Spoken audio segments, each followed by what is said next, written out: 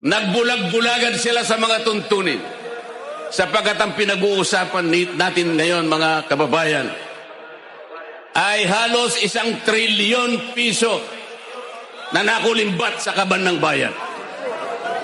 Ito na po siguro ang pinakamalaking pagnanakaw sa kasaysayan ng Republika ng Pilipinas. Ang graft and corruption po sa ating bansa, sa pag-iestima ng ilang nag-aral, ito po ay nagre-represent ng halos 30% sa ating national budget.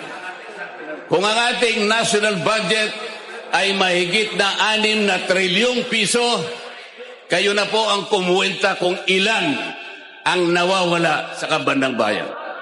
Yung pong namumuhunan na nanggagaling sa iba't ibang bansa o ang tinatawag nilang foreign direct investments, ito po ay napakamabisang asset na nagagamit natin para palakihin, para pasiglahin ang ating ekonomiya. Alam po ba ninyo kung anong nangyari? 40% ng dumarating na investment sa ating bansa ay bumagsak. 40% na mahigit po. Ang sabi pa nila, at nabanggit na po kanina, ang ating stock market is the worst performing stock market in this region. Ang ating pera, ang ating piso na ngayon ay halos 60 pesos per $1. It is the worst performing currency in the region.